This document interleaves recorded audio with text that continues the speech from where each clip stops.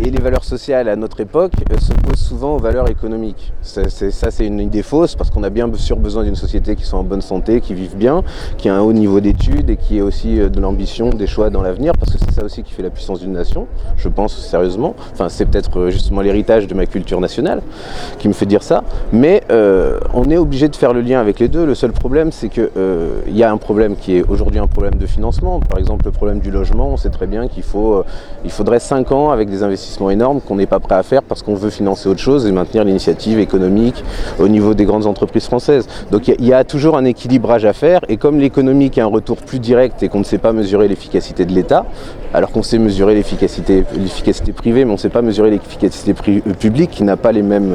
Public ou social. Voilà, parce que c'est très difficile de calculer les critères. Par exemple, si on calcule aujourd'hui une marée noire, c'est une augmentation du PIB, parce que ça crée du travail, alors que socialement, c'est pas acceptable. Il y a des choses comme ça, comme une épidémie de maladie.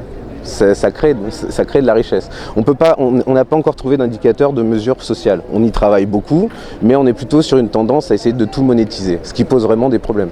Voilà.